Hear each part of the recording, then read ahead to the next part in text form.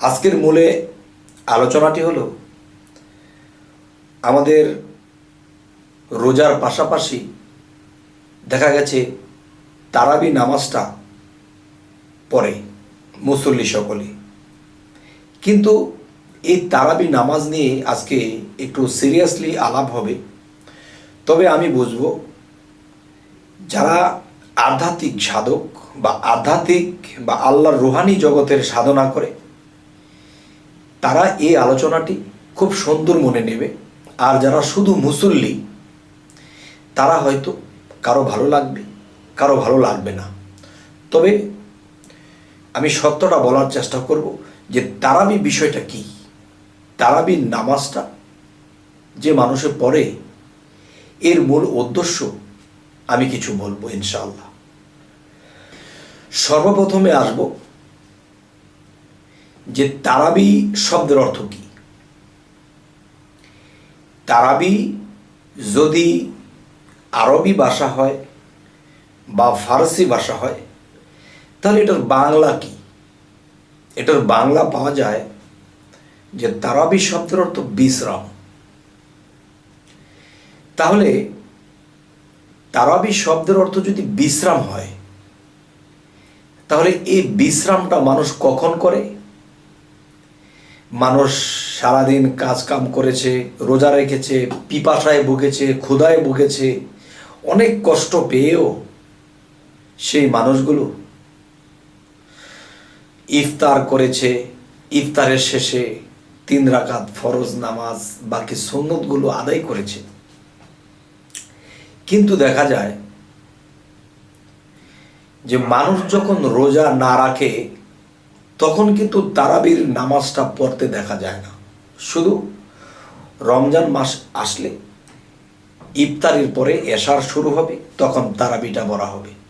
তো আজকের যে তারাবির বিষয়টা, তারাবি শব্দের অর্থ কি? বিশ্রাম। আল্লাহ কিন্তু কখনো কাউকে কোনো ইবাদত চেপে ধরেনি যে তোমার এটা করতে হবে, আর না হয়তো তোমার মরতে হবে, আর না হয়তো তুমি দেখা যায় যে 2,88,00,000 বছর দুজকে জ্বলবে, এ কথা কোরআনে নেই। তবে হাদিসে এসেছে, যদি নবী বলে থাকেন তাহলে এটা সুন্নতে পরিণত হবে, এই কথাটা ফরজ নয়। যে 2,88,00,000 বছর দুজকে জ্বলতে হবে এটা কোরআনে নেই, হাদিসে আছে। আর এই হাদিস নবীর মুখে যদি বলে থাকে তাহলে এটা সুন্নত হবে, আর নবী যদি না বলে থাকে তাহলে এটা বানিয়ে বলা হয়েছে। যাই হোক, বানিয়ে বলার উদ্দেশ্য মানুষকে ভয়ভীতি দেখিয়ে আল্লাহর পথে রাখা। আচ্ছা যাই হোক, আল্লাহর পথে রাখতে গেলে যদি একটু বাড়িয়ে বলতে হয় বললাম, তবু মানুষ আল্লাহর পথে থাকুক। যে তারাবি শব্দের অর্থ বিশ্রাম। তবে এই যে বিশ্রামটি দেখেন, মানুষের সারাদিন রোজা রাখার পরে মানুষটি ক্লান্ত হয়ে যায়, তখন ইফতার যখন করে তখন শরীরটা ছেড়ে দেয়, তখন একটু বিশ্রামের প্রয়োজন। আচ্ছা, এখন দেখা যায় সেই বিশ্রামের বদলে আমরা কি করতেছি? আমরা দেখা যায় আমরা রমজান মাস ছাড়া দেখা যায় 17 ফরজ আমরা সারাদিনে আদায় করতেছি, আর সুন্নত নফল তো আছে, সে হিসাব করলাম না। কিন্তু রমজান মাসে 20 রাকাত বাড়তি, রমজান মাসে 20 রাকাত বাড়তি। তাহলে বাড়তি নামাজটা পড়তে গিয়ে তখন মানুষের শরীরের উপরে আরও চাপ পড়ে, কারণ সারাদিন রোজা রেখেছে, তার শরীরটা পাতলা ছিল, চলাফেরা যতটুকু করেছে কষ্ট করে, তার মধ্যে যখন ইফতার খেয়েছে তখন তার শরীরটা ভারী হয়ে গেছে, তখন তার শরীরটা একটু বিশ্রাম চায়। তারাবি শব্দের অর্থ বিশ্রাম। আল্লাহ বিশ্রামের সময়টা দিয়েছে, মাগরিবের পরে মানুষ বিশ্রাম নেবে, আর সেই বিশ্রামের জায়গায় আরও 20 রাকাত নামাজ চাপিয়ে দেওয়া হলো। তো চাপিয়ে দেওয়াতে কি হয়? ঘটনাটি চাপিয়ে দেওয়াতে যে ঘটনাটি ঘটে, প্রথম রোজায় তারাবির জন্য মসজিদে জাগা হয় না, বাহিরে পর্যন্ত বিছনা করে নামাজ পড়তে হয়। এর পরের দিন দেখা যায় বাহিরে যে 4টা বিছনা করেছিল এখানে 2টা বিছনা কমে গেছে। এর পরের দিন আরো একটা বিছনা কমে গেছে রাস্তায়। 3 দিন 4 দিন পরে আরো একটা বিছনা রাস্তার কমে গেছে। এরপরে দেখা যায় 5 দিন 6 দিন পরে বারান্দার একটা কাতারের বিছনা উঠে গেছে। এর পরের দিন দেখা যায় 8 দিনের মাথায় বারান্দাতে মানুষ নেই, এখন সব ভিতরে। এই 15 দিন পার না হইতে দেখা যায় যে মসজিদের ভিতরেও একটি বিছনা উঠিয়ে ফেলা হয়েছে, বা সেই কাতারের লোক নেই। কেন নেই? মানুষ দিন দিন রোজা রাখে, আর মানুষের ক্লান্ত বেড়ে আসে, শরীর দুর্বল হয়ে আসে। মানুষ আল্লাহকে ডাকবে, নিজের আগ্রহে যাবে, নিজের আগ্রহে গিয়ে আল্লাহকে ডাকবে, আল্লাহকে স্মরণ করবে, চোখের পানি ঝরাবে। কিন্তু দেখা যায় কি, মানুষ যে জায়গায় বিশ্রাম নেবে, তারাবি শব্দের তো বিশ্রাম, সে জায়গায় 20 রাকাত নামাজ চাপিয়ে দেওয়া হলো। তখন প্রত্যেক দিন দেখা যায় একটা করে কাতার কমতে থাকে। যখন 20 রোজা পার হয় তখন দেখা যায় এমনি যে নামাজ পড়তো মানুষের সাধারণভাবে প্রত্যেক দিন, তার চেয়েও 2 কাতার কমে গেছে।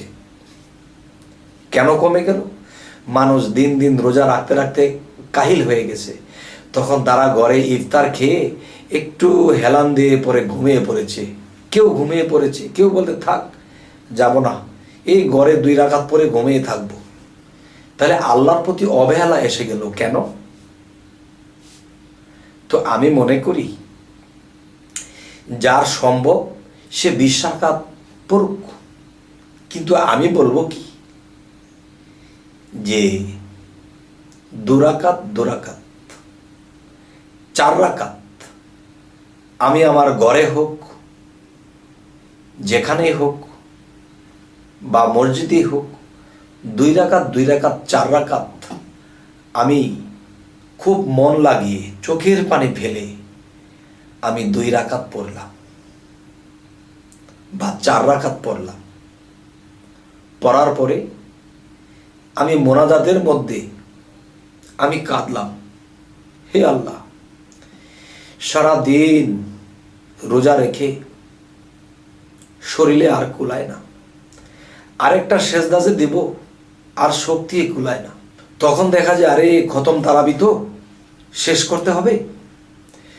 তখন সেই ইমাম সাহেব যখন লম্বা লম্বা কেরাত টান দিতেছে, কারণ সূরা দীর্ঘ হচ্ছে, কিন্তু মানুষগুলা বিতর্কত বিরক্তি বোধ করছে, এত লম্বা কেরাত টান দিল, এখনো শেষ হয় না। এখন তাদের পিছু টান। এখন যে আল্লাহর উদ্দেশ্যে নামাজ পড়তে এসেছে তাদের মন রয়েছে বাড়িতে, কখন গিয়ে শুয়ে পড়বে, শরীরটা ক্লান্ত। এই জোর জবরদস্তি কি আল্লাহ করেছে? না।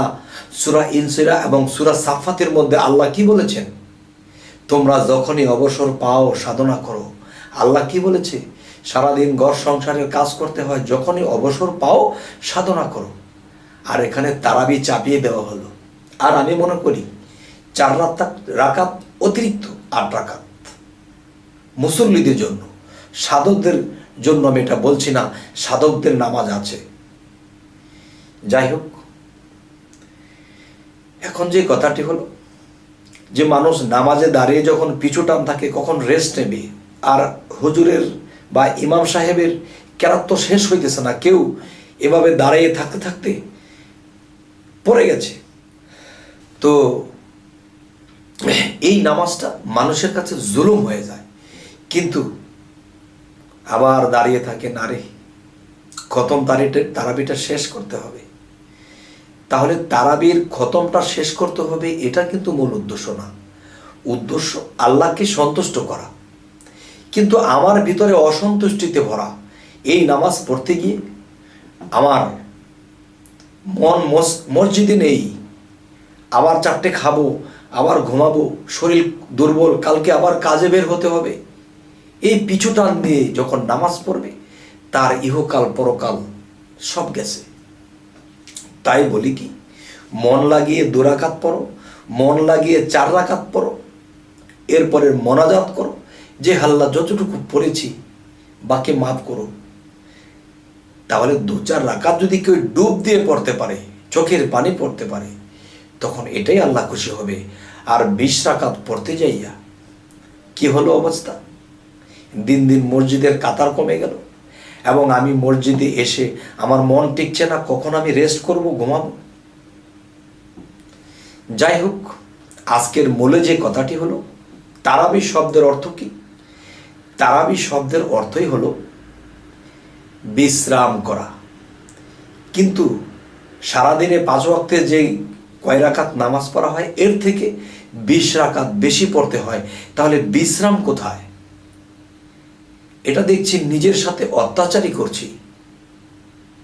তার চেয়ে ভালো 2 রাকাত 4 রাকাত অতিরিক্ত 8 রাকাত শেষ করে মোনাজাত করে চোখের পানি ফেলে আমি ঘুমোবো। আমি সকালে আবার আমার অফিস আছে, কাজ আছে, ব্যবসা আছে। তখন 2 রাকাত কিন্তু মানুষ, 4 রাকাত কিন্তু মানুষ ডুবে পড়তে পারছে। আর যখন জোর করে দাঁড়াইছে আর বলতেছে ইমাম সাহেবের সূরা শেষ হইতেছে না, আহারে কখন সালাম ফিরাবে, মোনাজাত রেখেই চলে যাবে। তাহলে মন রাখাইছি বাড়িতে, আমি আর যে মসজিদে, মন তো আমার মসজিদে নেই।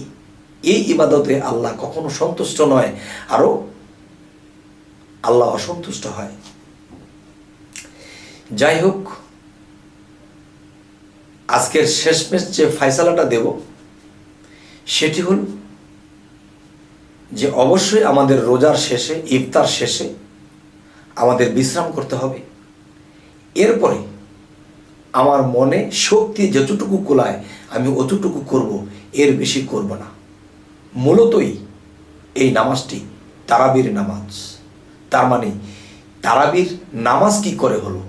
এটা তো বিশ্রাম। তারাবি শব্দের তো বিশ্রাম। এখানে বিশ্রামটা কোথায়? জানি না হে জগতবাসী, আমার এই আলোচনাটি কে কোন মনে নেবেন।